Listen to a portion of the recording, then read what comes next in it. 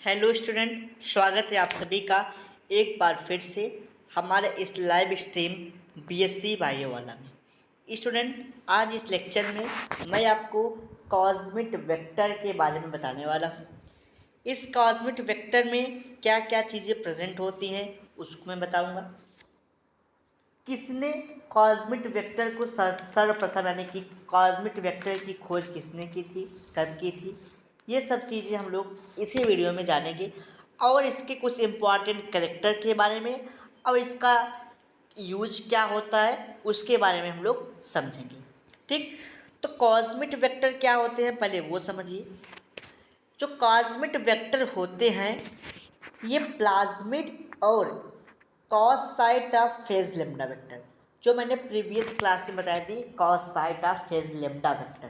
ठीक, ये phase lambda vector यानी कि बैक्टीरियो फेज वायरस का कॉस साइट होता है, वो उसके साथ ये मिल करके बनाते हैं। यानी कि अगर इसकी थोड़ी सी हम कहें कि बैकग्राउंड की बात करें, ठीक, तो ये क्या होती हैं, इसकी जो प्लाज्मिड होता है, ये प्लाज्मिड का अगर हम थोड़ा सा PMID, ये प्लाज्मिड का मिड और कॉस साइड का यानी कि कोहेसिव साइड का कॉस, ये किस कॉस से ये मिल करके बना है कॉस्मिड। कहने का मतलब ये कॉस प्लस मिड से मिला है। कॉस क्या है कोहेसिव साइड, मिड क्या है प्लाज्मिड। ये प्लाज्मिड और कॉस साइड से मिल के बना है, कोहेसिव साइड से मिल के बना है कॉस्मिड।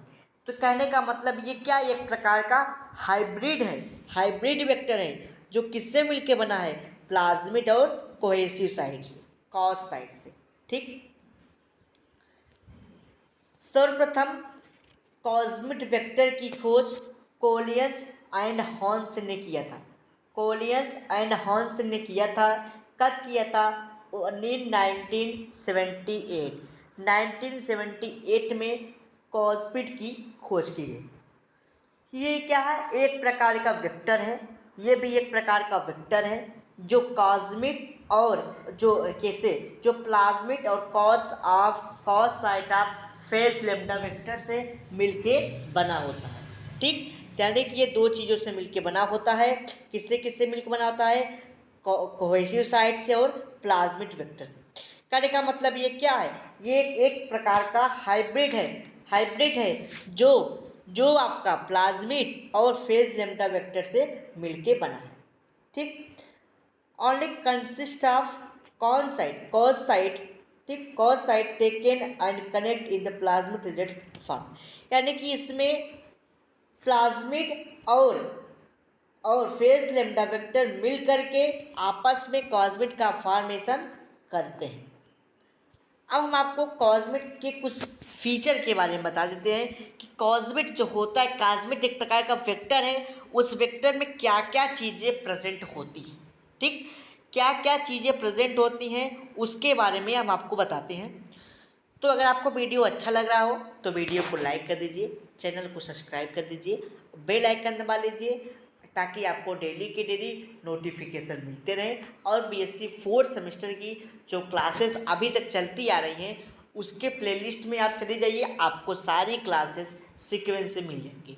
ठीक, तो आपको बीएससी सेमेस्टर की क्लासेस की अगर तैयारी करनी है तो आप हमारे यूट्यूब चैनल से जुड़ जाइए, अपने दोस्तों मित्रों के साथ शेयर कर दीजिए जो आपके साथ यानी कि सेमेस्टर की पढ़ाई कर रहे हैं।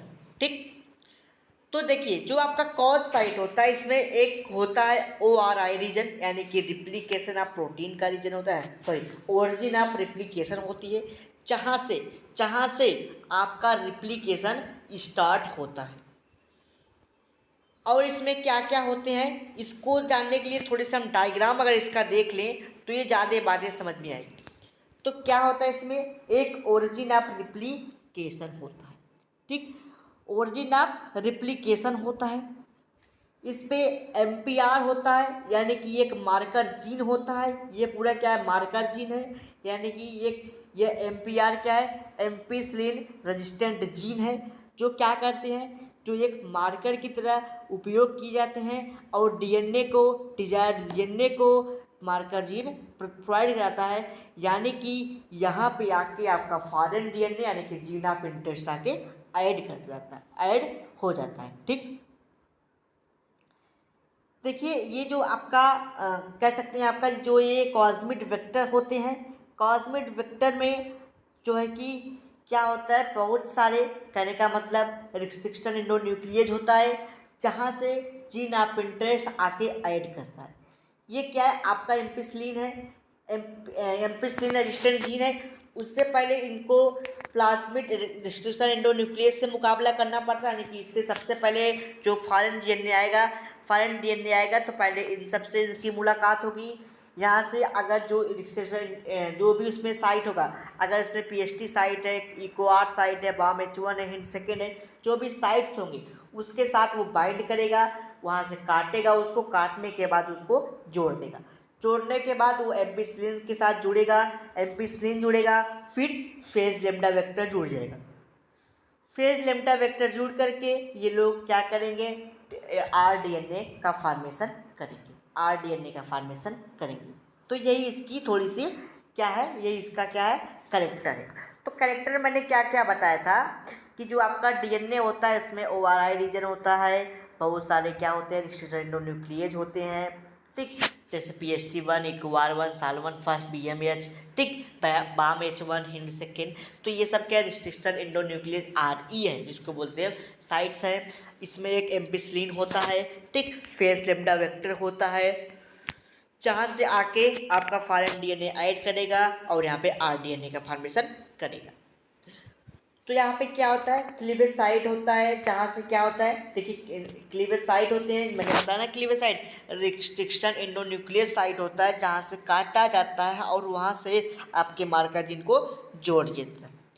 ये लगभग 5.4 किलो बेस पेयर का होता है, इजीली इसको हैंडल किया जा सकता है जब इसका उपयोग किया जाएगा। ठीक, it contain several cleavage site eight which RE act, जहाँ पे आपका रिस्ट्रिक्शन एंडोन्यूक्लियस यानी कि RE ऐड होगा, वहाँ पे डिफरेंट क्या होंगे, क्लीवेज साइट्स होंगे।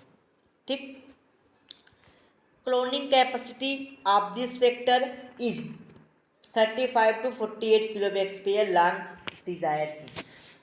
जो आपका क्लोनिंग वेक्टर होता है उसकी जो कैपेसिटी होती है वो 35 से 45 किलो बेस पेयर का डिजायर्ड जीन एक्सेप्ट कर सकता है, उसको ले सकता है, यानी कि ये 35 से 45 किलो बेस पेयर के जो है कि वेक्टर को एक्सेप्ट करते हैं। ठीक, लास्ट पॉइंट है, it is smaller in size. ठीक, ये कैसे होते हैं, स्मॉलर साइज के होते हैं, but carry capacity of this vector is more than larger.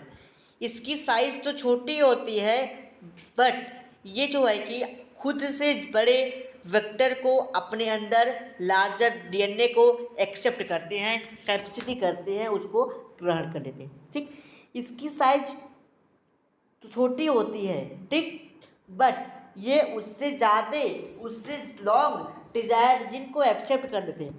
तो यहीं पे मैंने बताया, देखिए इसकी जो साइज होती है वो 5.4 होती है, बट ये 30 पॉइंट यानी कि ये 35 से 45 किलो बेस पेयर का डिजायर्ड जीन को एक्सेप्ट कर सकती है। तो ये अपने साइड से कई गुना डिजायर्ड जीन को एक्सेप्ट कर सकते हैं। ठीक, कौन एक्सेप्ट कर सकता है, कॉस्मिड।